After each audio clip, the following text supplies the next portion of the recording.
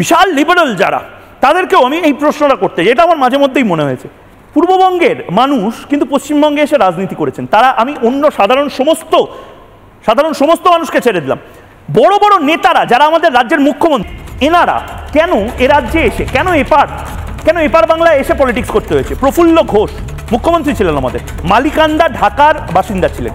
পশ্চিমবঙ্গের মুখ্যমন্ত্রীদের আদি বাড়ি দেখাচ্ছি, কেউ বলতে পারবেন? প্রফুল্ল সেন কেন কলকাতায় এসে পশ্চিমবঙ্গের মুখ্যমন্ত্রী হয়েছেন? প্রফুল্ল সেনের কাছে তো অপশন ছিল পূর্ববঙ্গের প্রধানমন্ত্রী হওয়ার। কেন সেনহাটি খুলনার বাসিন্দা প্রফুল্ল সেন এপারে চলে এসেছিলেন? বিধানচন্দ্র রায় ডাক্তারবাবু শ্রীপুর খুলনার বাসিন্দা ছিলেন, কেন এপার বাংলায় চলে এসেছিলেন? পাকিস্তানে কেন রাজনীতি করতে পারলেন না সিদ্ধার্থ শঙ্কর রায়? যদি এত সেকুলারিজম, এত ধর্মনিরপেক্ষতার কথা হয়, বাংলাদেশে শেখ মুজিবুর রহমান কেন জাতির পিতা হলো, কেন সিদ্ধার্থ শঙ্কর রায় জাতির পিতা হলো না?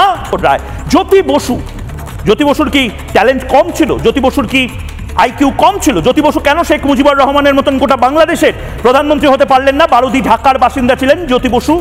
কেন ওপার বাংলা ছেড়ে এপার বাংলায় চলে আসতে হয়েছিল বুদ্ধদেব ভট্টাচার্য, যে বুদ্ধদেব ভট্টাচার্যকে নিয়ে একাধিক মানুষজন, একাধিক মুক্তমনা, তারা কবিতা লেখেন, গল্প লেখেন, তারা একবারও তো এই প্রসঙ্গটা উত্থাপন করেন না? ফরিদপুরের বাসিন্দা বুদ্ধদেব ভট্টাচার্য কেন বাংলাদেশে রাজনীতিটা করলেন না?